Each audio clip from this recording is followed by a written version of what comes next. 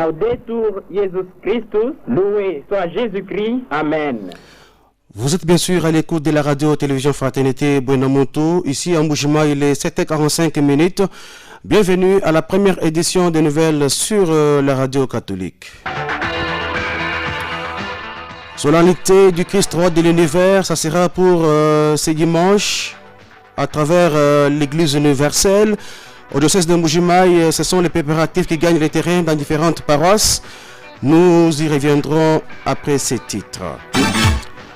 Dans l'actualité provinciale, c'est cette panne survenue sur la ligne réseau SNEL.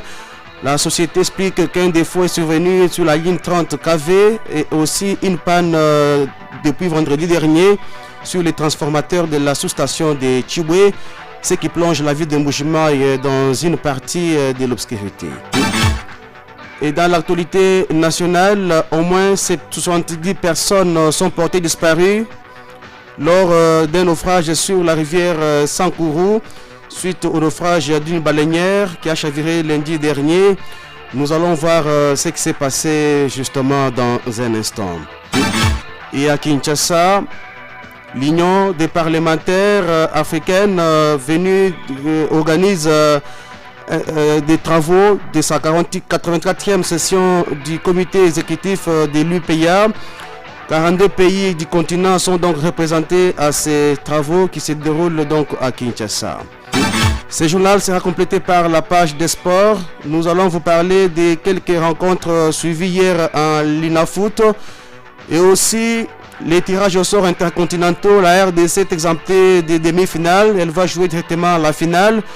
Et l'international congolais Fiston Kalala Mayele a remporté hier le prix des meilleurs joueurs des interclubs de la CAF. Herbert Chibanangandou est à la technique, Sabin Misaka Bumbuyi à la présentation, Jean-Marie Moulumba, Bernard Kachama à la régie d'antenne. Buenamonto, c'est votre lieu de proximité. On est ensemble, c'est parti.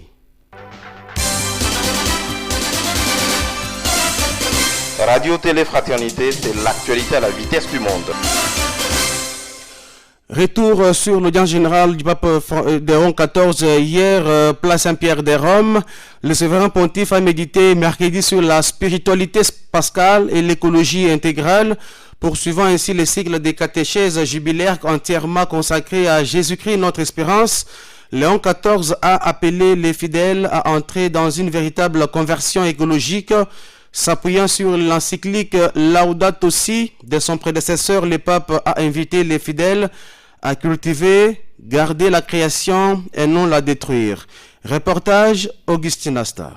Papa Francesco, con l'enciclica Laudato Si, ci ha indicato l'estrema necessità di uno sguardo contemplativo. À la suite du pape François, Léon XIV a insisté sur le fait que, sans un regard contemplatif, l'être humain cesse d'être le gardien du jardin et devient son destructeur. C'est la raison pour laquelle la culture écologique ne peut pas se réduire à une série de réponses urgentes et partielles.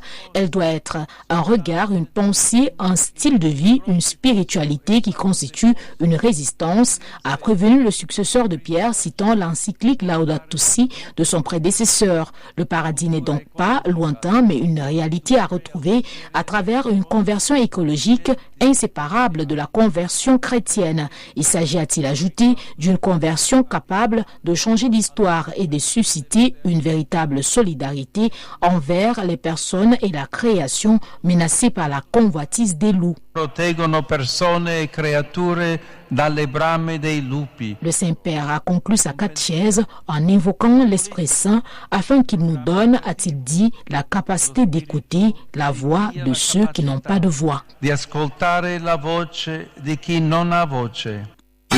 Le pape Léon XIV, dans ses reportages signés Augustine Asta, notre consoeur des Radio Vatican, et notez aussi que lors de l'audience générale du mercredi 19 novembre, le pape Léon XIV a annoncé que la deuxième édition de la Journée mondiale de l'enfance se tiendra à Rome du 25 au 27 septembre 2026. Cet événement, promis par les dicastères pour les laïcs, la famille et la vie, sera un moment de rencontre, de prières et de fêtes qui réunira les plus jeunes et leurs familles venus du monde entier.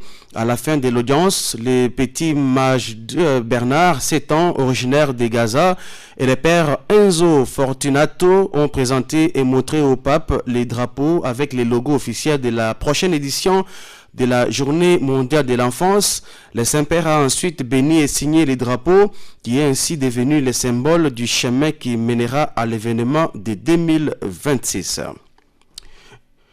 Au diocèse de Mbuji-Mayi maintenant, avec les préparatifs de la solennité du Christ roi de l'univers 2025, revenons d'abord sur la signification de cette fête. Christ roi de l'univers est une solennité liturgique instituée il y a bientôt 100 ans par le pape Pie XI, le 11 décembre 1925. Il l'a fait dans son encyclique Quas Primas, dans les premières lignes, dénomination formulée comme dans beaucoup de cas des documents pontificaux, d'après les premiers mots. Dans cette encyclique, le pape explique l'universalité du règne du Christ. Il règne sur l'univers par nature et par conquête, c'est-à-dire par sa mort et par sa résurrection. Il règne sur les cœurs, les familles, les sociétés et les nations. Le Christ est roi de l'univers parce que son règne dépasse les frontières des nations. Par cette solennité, le pape rappelle aux chrétiens que le Seigneur Jésus est l'unique véritable souverain auquel ils doivent se soumettre pour vivre dans la justice et la paix. Sa royauté est fondée sur l'amour, la vérité, la justice et la paix. Elle n'est ni politique ni militaire, elle n'est pas temporelle, car Jésus règne pour mener l'humanité à Dieu, au salut éternel, via la voie du service et non de la domination. On célèbre cette solennité le dernier dimanche de l'année liturgique avant l'Avent pour souligner le fait que le Christ est le commencement et la fin, l'alpha et l'oméga dans toutes choses, le but ultime de toute l'histoire. Tout commence et s'achève en lui. Célébrer cette solennité, c'est reconnaître et rappeler en même temps que le Christ est le premier-né de toute créature, celui par qui tout a été créé et qui soutient toutes choses, comme l'a si bien affirmé Saint Paul dans son épître aux Colossiens, Colossiens 1, 15, 17. C'est signé par M. l'abbé Alphonse Mathieu Chitenga Malanza, curé de Saint-Moukas. Et l'Église universelle qui s'apprête à célébrer ce dimanche 23 novembre la fête du Christ roi de l'univers. Pour marquer cette solennité, des concerts, soirées dansantes et journées de prières sont organisées dans les différentes paroisses diocèses de Mbuji-Mayi. À la paroisse Saint-Marc de Tshilenge, par exemple, la chorale Don de Dieu va organiser sous le haut patronage de M. l'abbé vicaire François Kalukenda une soirée dansante dans l'enceinte de la dite paroisse. Elle a lieu le dimanche 23 novembre de 15h à 18h. Selon M. l'abbé François Kalukenda, président intérimaire de cette chorale et aumônier des jeunes de Tshilenge, ces concerts visent deux objectifs. D'abord, marquer la fête du Christ roi de l'univers et commémorer la fête de Sainte Cécile, la patronne des choristes. Ces prêtres ajoutent que d'autres chorales pourraient accompagner la paroisse haute. Il s'agit de la chorale d'Inanga, toujours de Saint-Marc, et la chorale Chiluba de la paroisse Saint-André de Chimanji. Monsieur l'abbé François Kalukenda invite tous les habitants de Tshilenge, des non-catholiques, des catholiques et non-catholiques, à venir tous soutenir leurs jeunes choristes. Un autre concert est organisé ce même dimanche par la chorale Fraternité de la paroisse Sainte-Bernadette d'Nkolongo à Ngananjika. Un concert qui célèbre aussi des événements. D'abord la fête du Christ roi de l'univers et surtout les jubilés d'or, donc 50 ans d'existence de la dite paroisse. Selon M. l'abbé Hubert Mukendi, vicaire de Sainte-Bernadette, tout le monde est invité ce dimanche à partir de 15h. Le lieu du concert, c'est au sein de l'église paroissiale de Nkolongo. Et à l'occasion où les préparatifs de Christ roi de l'univers à la paroisse Saint-Jean-Baptiste de Bonzola, hier c'était la première journée de prière organisée à l'intention des fidèles pour les préparer à cette fête. Les fidèles participant à cette journée ont été nourris en parole de Dieu par M. l'abbé David Mukiba sur le sous-thème « Son règne n'aura pas de fin » tiré de l'évangile de Jésus-Christ selon Saint Luc, chapitre 1er, le verset 33. Dans son enseignement, il a invité les fidèles à vivre dans l'amour du Christ tout en cherchant d'entrer dans son royaume éternel qui est différent de celui des hommes. Poursuivant, M. l'abbé David Moukeba a insisté sur les vivres selon l'évangile pour prendre part au festin qui est d'en haut. Au micro Daniel Kabeya, M. l'abbé David Moukeba nous fait la synthèse de son enseignement. Aujourd'hui, l'essentiel, c'était d'abord montrer que le Christ est roi des rois et sa royauté lui vient, pas des hommes, élection ou quoi, sa royauté lui vient de son Père, créateur de tout ce qui existe, qui lui donne pouvoir. Si nous regardons bien, car lui-même dit tout pouvoir lui a été donné au ciel et sur la terre. Donc ce pouvoir lui vient de Dieu et ce pouvoir n'est pas exercé à la manière de ce monde. C'est un pouvoir qui concerne d'abord les spirituels et lui-même en Luc 4, il dit que l'Esprit de Dieu est sur lui pour guérir les malades, donc aider tous ceux qui sont dans l'esclavage du péché. Donc le Christ est venu comme roi, son règne n'est pas de ce monde, pas à comparer à la royauté de ce monde, c'est une royauté spirituelle. Il vient pour soulager ses enfants et par conséquent, les chrétiens doivent vivre en ce que j'ai appelé aujourd'hui la christocratie. La christocratie, j'ai défini cela comme le pouvoir du Christ par le Christ et pour le Christ. Ça veut dire que c'est le Christ qui incarne tous les pouvoirs. Le pouvoir législatif, le pouvoir exécutif et le pouvoir judiciaire. Il est lui-même, c'est lui qui nous montre la voie à suivre, c'est lui qui nous dirige et c'est lui qui juge.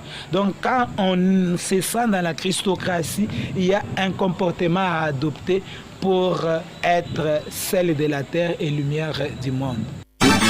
Monsieur l'abbé David Moukeba, à l'issue de la première journée de prière organisée à la paroisse cathédrale Saint-Jean-Baptiste de Bonzola pour préparer les fidèles à la célébration de la fête du Christ roi de l'univers qui interviendra le dimanche 23 novembre 2025.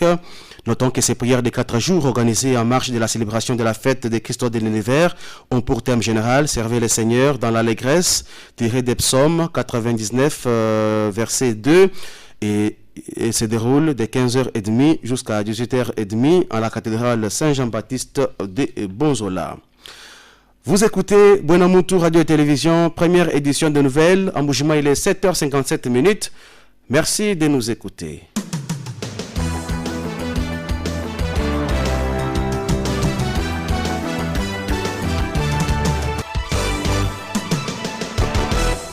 Voyons maintenant ce qui fait les journaux sur le plan provincial avec cette perturbation de la desserte en énergie électrique sur les réseaux SNEL ici dans la ville de Mbuji Mayi.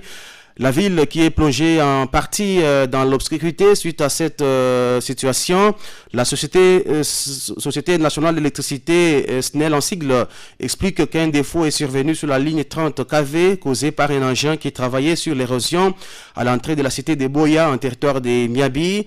Par ailleurs, une autre panne est survenue depuis vendredi dernier sur les transformateurs de la sous-station de Chiwe. À l'occasion, la SNEL, à travers un communiqué publié dans les réseaux sociaux, présente toutes ses excuses à ses abonnés et promet de rétablir la situation dans les plus brefs délais. Le boulevard Laurent-Désiré Kabila, basé dans la commune de Djoulou, est en train de prendre sa plus belle image. C'est grâce aux travaux de modernisation qui se déroulent en ce moment même avec l'entreprise attributaire Safimex. Elle trace une précision remarquable de nouveaux parkings modernes pensés pour embellir les paysages urbains. Chaque détail est réalisé avec soin et professionnalisme, avec une finition impeccable et une beauté qui saute aux yeux. Selon un post sur la page Facebook de la société, Safimex réaffirme continuer de transformer Mbuji Mayi grâce à des infrastructures fiables, durables et esthétiques.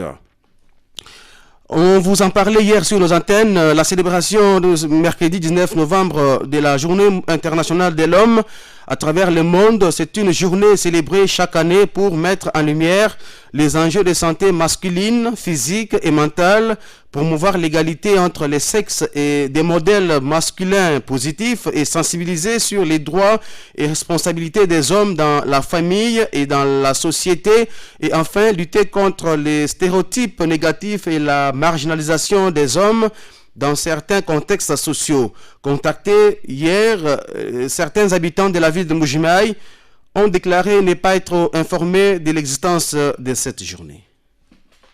Et je l'ai su aujourd'hui. Je connais rien jusque-là, mais sinon, en entendant, c'est une journée où on célèbre l'homme. À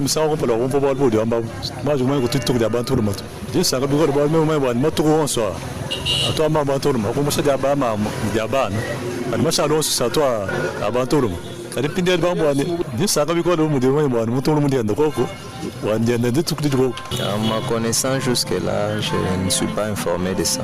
C'est une journée vraiment qui demandera beaucoup de réflexion et aussi beaucoup de conseils par rapport aux hommes. C'est ça un peu mon point de vue. Bon, je ne sais pas. Au moins la journée internationale de la femme, je connais. Pour les hommes, je ne connais pas. Je peux répondre à cette question, bien que je viens de le savoir maintenant. Bon. Je n'ai pas à dire. Je pense que c'est une très bonne chose parce que les femmes, ils ont un mois complet. Maintenant, les hommes, on a aussi une petite journée. C'est une bonne chose parce que on a besoin, il y a beaucoup de choses, par exemple de la santé. Les hommes, les femmes vivent en général 5 ans plus long qu'un homme. Tu vois? Et mondialement, il y a beaucoup plus d'hommes qui sont tués que des femmes. Par exemple, dans l'armée et tout ça. Ce sont des choses, on n'est pas toujours, on ne se réalise pas toujours ça. Et c'est un peu de sensibiliser que aussi un homme peut avoir des problèmes. Ça, moi, je n'ai jamais entendu ça. C'est que moi, je sais que sur les 265 ou 266, donc, il n'y a que la journée de la femme, le 8 mars, mais le reste ici, c'est pour l'homme. Comme vous venez de le dire, ma toute première fois d'entendre que le 19 novembre, c'est une journée internationale de l'homme. Si c'est l'homme en minuscule, donc c'est ma toute première fois. Ce que je peux donner comme mes impressions, l'homme reste l'homme. S'ils sont parvenus à dédier cette journée-là à l'homme, moi, je ne suis pas d'accord. Parce que tous les jours ici, c'est consacré à l'homme. Voilà, c'était là les quelques habitants de la ville de Mbuji-Mayi qui s'exprimaient sur la célébration de la Journée internationale de l'homme. À cette occasion, certains thèmes ont toujours été abordés, à savoir santé mentale des hommes, paternité responsable, éducation des élèves ou garçons et prévention des violences et la contribution des hommes au développement communautaire. Notons que c'est depuis 1999 que cette journée a été instituée par M. Jérôme, un médecin. On marque une pause et on prend l'autorité sur le plan national. RTF. L'actualité, c'est nous. Une baleinière a chaviré lundi dernier sur la rivière Sankourou dans la localité de Djiboulansemba, territoire d'Ilebo, dans la province du Kasaï. L'embarcation partie de Bénin Djibélé à destination de Kinshasa a été emportée par des violents tourbillons connus dans cette zone dangereuse. Selon les premières informations recueillies par Actualité.cd, plus de 120 personnes s'est trouvées à bord. Environ 70 passagers sont portés disparus, tandis qu'une cinquantaine de survivants et des corps ont été retrouvés jusqu'à présent. J'ai un téléphone mercredi 19 novembre. L'administrateur des territoires d'Ilebo indique avoir échangé avec les commissaires fluviales chargés du dossier. J'ai parlé avec les commissaires fluviales. Jusque-là, nous n'avons pas encore la situation définitive, mais les recherches sont en cours et plusieurs personnes manquent toujours à l'appel, a-t-il déclaré. Venus des 42 pays du continent, des parlementaires participent du 18 au 22 novembre à Kinshasa aux travaux de la 84e session du comité exécutif de l'Union parlementaire africaine UPA en sigle. Ce forum de 4 jours vise à consolider les acquis institutionnels de l'UPA et à renforcer la coopération interparlementaire africaine. Cette session porte essentiellement sur l'examen des demandes de statut d'observateur, l'adoption du programme annuel de travail pour 2026 ainsi que du projet de budget pour l'exercice 2026. Elle prévoit également l'adoption des amendements au texte de l'UPA ainsi que l'examen et l'adoption du projet d'ordre du jour de la prochaine session du comité exécutif. Dans son allocution, le président de l'Assemblée nationale de la RDC a formulé le vœu de voir ces travaux couronnés des résultats fructueux, porteurs de progrès pour l'Union parlementaire africaine. Pour Aimé Boji, cité par Radio Okapi, la RDC, pays attaché à l'idéal de l'unité africaine, reste engagée à travailler avec chaque parlement pour promouvoir la paix, la stabilité, l'intégration régionale et le développement durable. Fraternité Sport, le journal des sports. Voilà, nous commençons d'abord par les résultats des matchs qui sont joués hier en championnat national de la Linafoot, qui a donc poursuivi sa phase classique. Tout-Puissant Mazembe, Don Bosco, 3-0. New Sogère, 1-0 face à Coupe Bazano. Blessing Saint-Luc, 3 partout. V-Club Rangers, 1 partout. Renaissance est tombé devant MK Étanchéité, 1-2. OC Bukavu Dawa a donc courbé les chines face à l'Étoile du Kivu à l'arrivée 1-3. Pour Sangaba Lende, l'un des représentants du Kasaï oriental dans cette compétition, les Anges Saints jouent donc ce jeudi au stade Kibasa Maliba de Lubumbashi contre Manika de Kolosi. Nous espérons que les Balendais vont donc essayer de refaire leur santé en cette Linafoot après quelques matchs perdus face à ses adversaires. La République démocratique du Congo a réalisé une progression notable au classement FIFA de novembre 2025 publié hier mercredi. Les pays de Léopard gagnent 4 places et se positionnent désormais à la 56e place mondiale avec 1442 points, soit 21 points de plus qu'au précédent classement. Cette remontée est attribuée aux 2 excellentes performances de l'équipe en barrage africain face au Cameroun et au Nigeria. La RDC dépasse ainsi l'Irak qui, malgré sa victoire contre les Émirats Arabes Unis, chute à la 58e place. Au niveau continental, la RDC grimpe à la 9e place africaine, devançant les Cameroun 10e et l'Afrique du Sud 11e, qui ont respectivement perdu 3 et 1 place. En vue des barrages intercontinentaux, la RDC 56e et l'Irak 58e sont qualifiés pour les finales. Celles-ci offriront une place qualificative pour la Coupe du Monde face aux vainqueurs des demi-finales, dont les adversaires seront déterminés à la suite du tirage au sort prévu ce jeudi 20 novembre 2025 par la FIFA. Et hier soir, c'était la cérémonie des couronnements pour la CAF Award. L'international footballeur congolais Fiston Kalala Mayele, sociétaire d'FC Pyramide, a remporté les prix des meilleurs joueurs des interclubs de la CAF. La cérémonie de la CAF Award 2025 s'est déroulée hier soir au Maroc. Fiston Kalala Mayele remporte donc le titre après une saison remarquable avec Pyramide FC, son club. Ainsi, Fiston Kalala Mayele devient le 3e footballeur congolais à remporter ce titre après Trésor Mputumabi du Tout-Puissant Mazembe et Firmin Moubele Ndombe de l'AS Vita Club. Je propose d'écouter ses premières impressions hier après avoir été proclamé meilleur joueur interclub de la CAF. Bonsoir à tous. Trop de fierté ce soir. Très content pour ces trophées. C'est ma première fois de les gagner. Je pense que ça fait 11 ans qu'un joueur congolais qui joue en Afrique d'avoir remporté ces trophées. Je tiens à remercier toute mon équipe, Pyramide, ils m'ont soutenu dans tous les moments difficiles et les bons moments. Je tiens à remercier mon président qui est là, Mamdou, staff technique, médical. Tous mes coéquipiers, je pense que mon ami il est là, Mohamed Chibi, il a mérité aussi, c'est ça, mais c'est moi. Je tiens à les remercier, c'est un joueur exceptionnel. Et aujourd'hui c'est moi. Et je profite aussi pour souhaiter ma femme joyeux anniversaire. Merci à tous.